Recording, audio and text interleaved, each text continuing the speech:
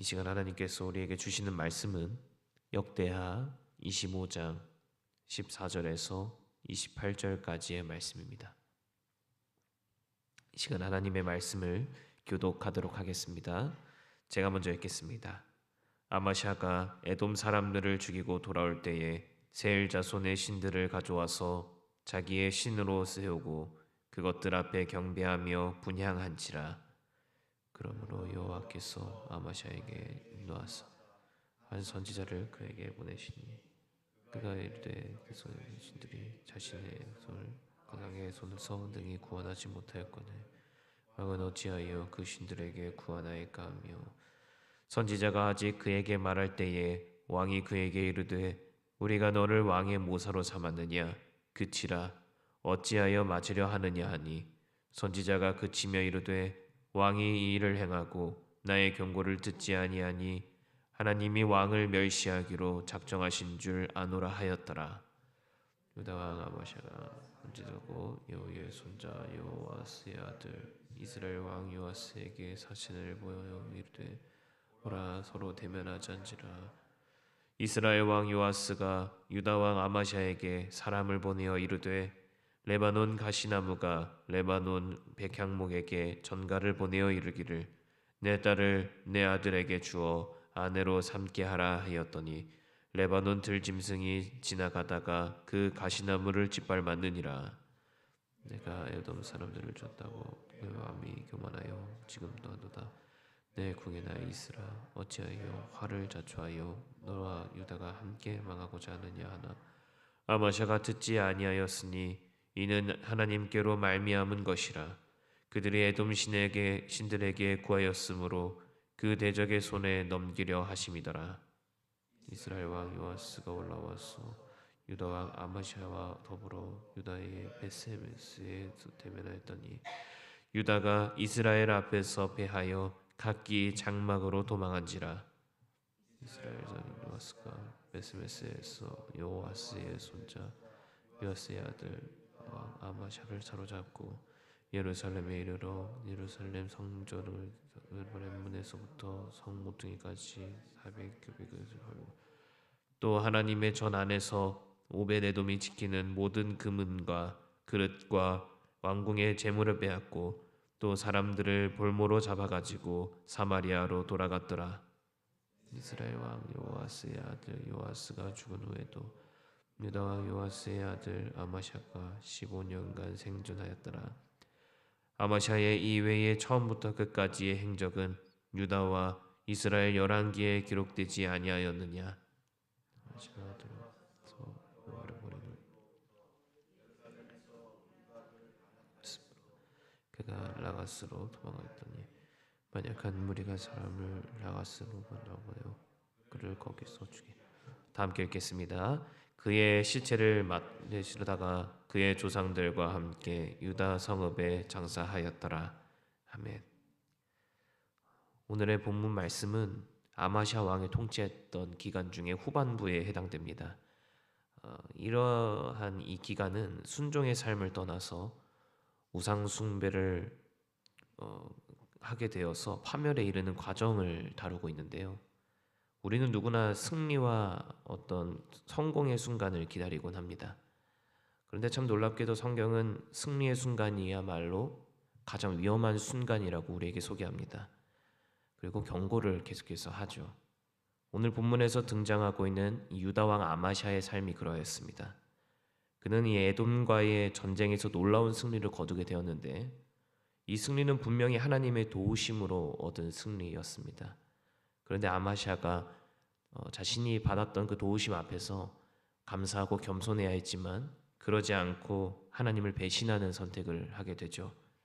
수적으로 분명하게 불리한 상황이었던 유다군이 에돔에게서 승리하자마자 감사를 잃어버리고 이 패배한 나라의 신상들을 가져와 가지고 숭배를 하기 시작합니다. 한마디로 하나님을 믿었던 왕이 전쟁에서 승리하니까 갑자기 한순간에 하나님을 배신하고 우상을 섬기는 왕이 되어버린 겁니다. 왜일까요? 그 이유는 단 하나의 단어로 설명할 수 있습니다. 그것은 교만인 것이죠.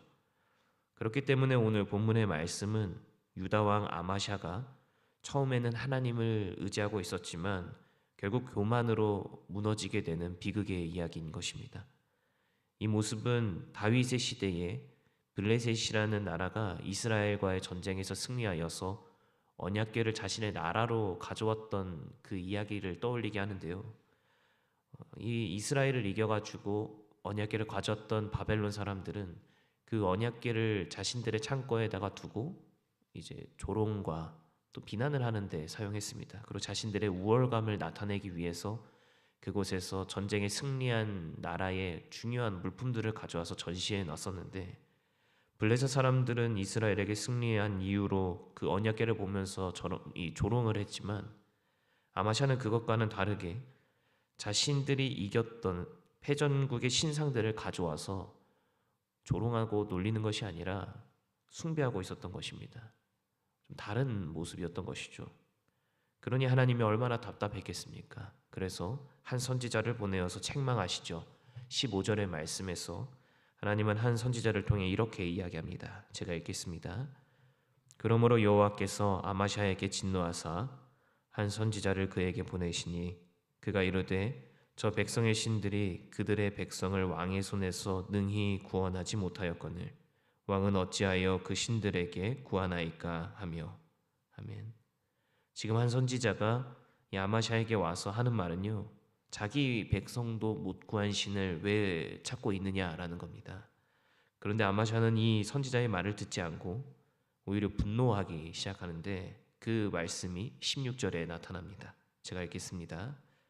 선지자가 아직 그에게 말할 때에 왕이 그에게 이르되 우리가 너를 왕의 모사로 삼았느냐 그치라 어찌하여 맞으려 하느냐 하니, 선지자가 그치며 이르되 왕이 이 일을 행하고 나의 경고를 듣지 아니하니 하나님이 왕을 멸시하시기로 작정하신 줄 아노라 하였더라. 아멘. 지금 이 상황과 또 아마샤가 선지자가 했던 말을 간추려서 말해보면, 이 선지자가 경고하고 있는 중에 그 말을 끊어버리고, 그리고 이렇게 말한 겁니다. 네가 뭔데? 네가 뭔데 지금 이렇게 말하냐? 너 나한테 맞아서 죽고 싶냐? 라고 협박을 하고 있는 것이죠. 지금 이러한 아마샤의 모습은 교만의 특징인 겁니다. 교만은요, 이 귀를 닫게 합니다. 하나님이 보내신 사람의 말을 듣지 않게끔 귀를 막아버리고 자신이 진짜 봐야 할 것을 못 보게 만든다라는 것이죠. 왜냐하면 교만이라는 것은 하나님보다 앞서려는 인간의 연약함이기 때문입니다. 자신이 앞서고 있다라고 생각하면서 하나님보다 더 앞서 있는데, 자신보다 뒤에 있다라고 생각하는 하나님이 주시는 기회를 돌아볼 겨를이 없는 것이죠. 그것이 교만의 특징인 것입니다. 아마샤는 이제 하나님이 자신이 이 세상에서 가장 강한 나라의 왕이고, 그리고 또 이 세상에서 가장 위대한 왕이라고 생각을 하기 시작했습니다. 그래서 이제 북이스라엘에게 선전포고를 합니다. 17절의 말씀인데요. 제가 읽겠습니다. 유다왕 아마시아가 상의하고 예후의 손자 요아스의 아들 이스라엘 왕 요아스에게 사신을 보내어 이르되 오라 서로 대면하자 한지라. 아멘. 지금 이 대면은 뭐 이렇게 만나자 이게 아니라 전쟁을 하자는 겁니다. 그래서 요아스는 이 선전포고를 듣고 나서 18절의 말씀에 한 우화를 들려줍니다. 그 우화가 18절의 말씀인데 제가 읽겠습니다. 이스라엘 왕 요아스가 유다 왕 아마샤에게 사람을 보내어 이르되 레바논 가시나무가 레바논 백향목에게 전가를 보내어 이르기를 내 딸을 내 아들에게 주어 아내로 삼게 하라 하였더니 레바논 들짐승이 지나가다가 그 가시나무를 짓밟았느니라. 아멘. 가시나무는 당시에 이스라엘 지역에서 쓸모없는 나무로 취급을 받았습니다. 그리고 백향목은 귀한 나무로 취급을 했었는데, 지금 이 이야기를 들려주면서 지금 아마샤를 비꼬고 있는 겁니다. 이 우화를 통해 무엇을 말하고 있는 거냐면, 감히 이 가시나무 주제에 분수를 모르고 백향목과 겨루려고 하느냐, 어디서 나와 같은 위치에 있으려고 하느냐라고 지금 비꼬고 있는 겁니다. 이러한 말에 아마샤는 무시를 하고 전쟁을 계속해서 이어가죠. 그 결과로 교만했던 아마샤가 패배를 하게 되었습니다. 이 패배의 결과로서 23절에서 이렇게 말합니다. 제가 읽겠습니다. 이스라엘 왕 요아스가 베스메스에서 요아스의 손자 요아스의 아들 유다 왕 아마샤야를 사로잡고 예루살렘에 이르러 예루살렘 성벽을 에브라임 문에서부터 성 모퉁이 문까지 400규빗을 헐고. 아멘. 지금 이 패배의 결과는 성벽은 무너지고 또 성전의 보물은 약탈당하고 또 아마샤는 자신은 포로로 끌려가게 되었다라고 말합니다. 이것이 불순종의 대가라고도 말할 수 있는데 지금 이 시대를 살아가고 있는 우리들에게 이 불순종에 대한 대가는 무엇을 이야기할까요? 이 안에는 내 자신을 빼앗기는 것, 그것은 불안이기도 합니다. 아마샤는 요아스가 죽고 나서도 15년을 더 살게 되었습니다. 이 15년이라는 시간이 얼마나 고통스러운 삶이었겠습니까? 이 패배에 인해서 그리고 또 이 교만으로 인하여서 많은 사람들의 마음을 아마샤에게서 떠나게 만들었습니다. 그래서 이 오늘 우리가 다루었던 말씀 후반부에는 라기스라는 곳으로 도망을 가게 된다라고 이야기하는데 그곳에서 이 왕에게 마음이 떠났던 수많은 사람들 중에 한 사람에게 암살을 당하게 되면서 이 아마샤의 삶이 마무리를 짓게 됩니다. 우리는 아마샤의 역사를 통하여서 확실하게 깨달을 수 있는 것이 있습니다. 그것은 하나님께 순종했을 때는 승리했고 또 하나님께 불순종했을 때는 패배했다라는 것입니다. 어떻게 보면 순종은 생명이고 교만은 파멸로 이어지는 길이었습니다. 아마샤의 교만은 하나님의 은혜를 잊었을 때 시작되었습니다. 우리가 오늘을 살아갈 때도 하나님의 은혜를 기억하는 하루가 되기를 소망합니다. 하나님의 은혜를 잊는다면, 우리가 그 소중한 은혜를 잊고 산다면 우리는 너무나도 쉽게 교만으로 눈과 귀를 막게 됩니다. 그렇기에 하나님의 은혜에 머물러서 겸손으로 살아가는 오늘 하루가 되기를 소망합니다. 말씀을 맺겠습니다. 아마샤는요, 눈에 보이는 전쟁에는 당장에 승리했지만 결국 자기 자신에게는 패배했던 왕이었습니다. 교만은 우리를 세상에서 이길 수 있는 지름길처럼 우리에게 소개해주고 또 우리를 그렇게 이끌어 가려고 하지만 결국 하나님 앞에서 죽어가는 삶이었습니다. 한 선지자는 그런 아마샤에게 이렇게 이야기를 한 거죠.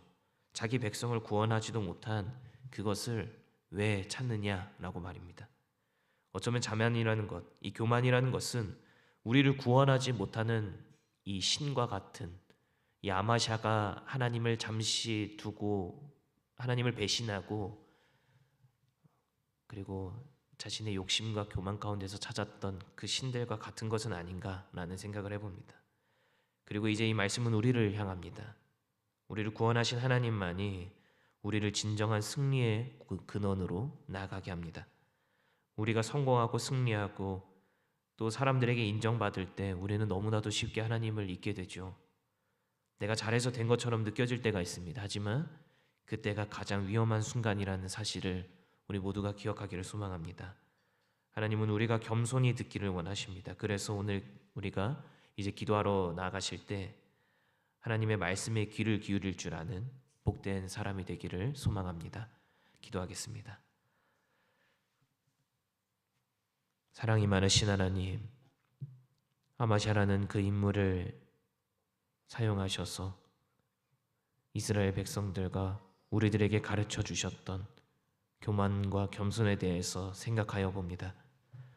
우리가 하나님을 잊고서 우리를 구원하지 못하는 그 교만을 따라갔던 적은 없는지, 그리고 또 지금 이 순간이 나에게, 우리에게 그러한 순간인 것은 아닌지 돌아보게 하시고, 우리가 교만한 것이 있다면 내려놓게 하시고, 하나님께서 주시는 지혜로 겸손히 주님께 귀를 기울일 수 있는 우리 모두가 되게 하여 주시옵소서.